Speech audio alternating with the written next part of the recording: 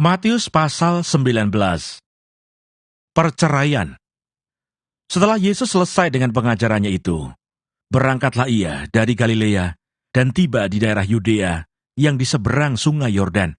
Orang banyak berbondong-bondong mengikuti dia, dan ia pun menyembuhkan mereka di sana. Maka datanglah orang-orang Farisi kepadanya untuk mencobai dia. Mereka bertanya, apakah diperbolehkan orang menceraikan istrinya dengan alasan apa saja?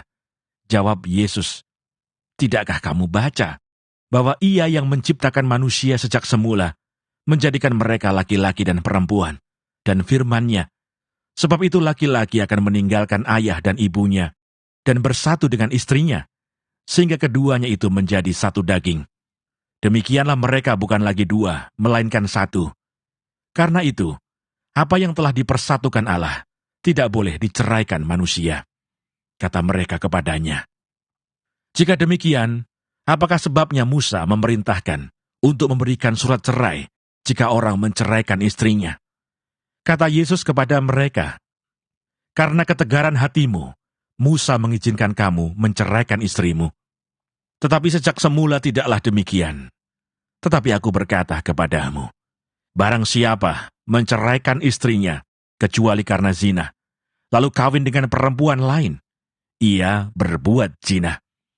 Murid-murid itu berkata kepadanya, jika demikian halnya hubungan antara suami dan istri, lebih baik jangan kawin. Akan tetapi ia berkata kepada mereka, tidak semua orang dapat mengerti perkataan itu. Hanya mereka yang dikaruniai saja.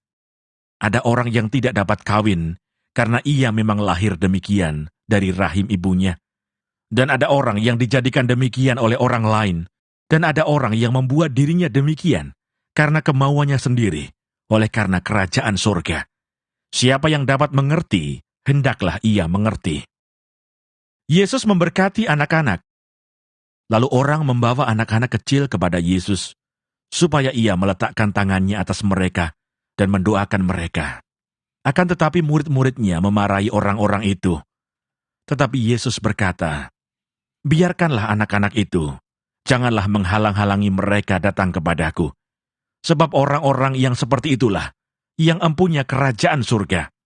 Lalu ia meletakkan tangannya atas mereka, dan kemudian ia berangkat dari situ. Orang muda yang kaya. Ada seorang datang kepada Yesus dan berkata, Guru, perbuatan baik apakah yang harus kuperbuat untuk memperoleh hidup yang kekal? Jawab Yesus, apakah sebabnya engkau bertanya kepadaku tentang apa yang baik? Hanya satu yang baik. Tetapi jikalau engkau ingin masuk ke dalam hidup, turutilah segala perintah Allah. Kata orang itu kepadanya, perintah yang mana? Kata Yesus, jangan membunuh, jangan berzina, jangan mencuri, jangan mengucapkan saksi dusta. Hormatilah ayahmu dan ibumu, dan kasihilah sesamamu manusia seperti dirimu sendiri.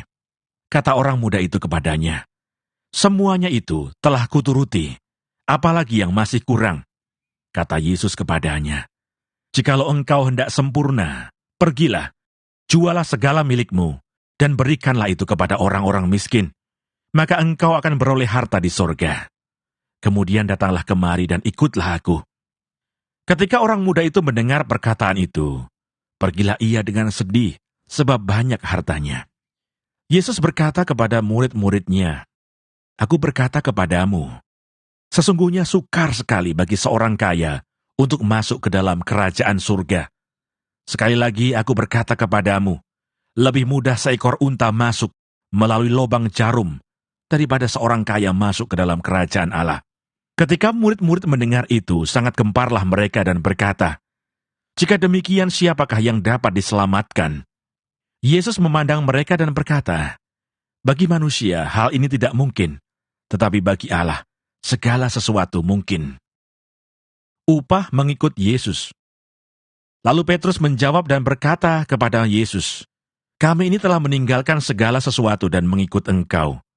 Jadi apakah yang akan kami peroleh?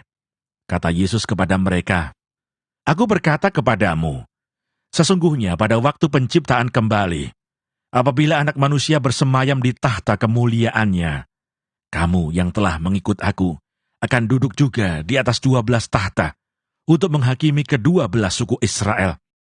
Dan setiap orang yang karena namaku meninggalkan rumahnya, saudaranya laki-laki atau saudaranya perempuan, bapak atau ibunya, anak-anak atau ladangnya, akan menerima kembali 100 kali lipat dan akan memperoleh hidup yang kekal.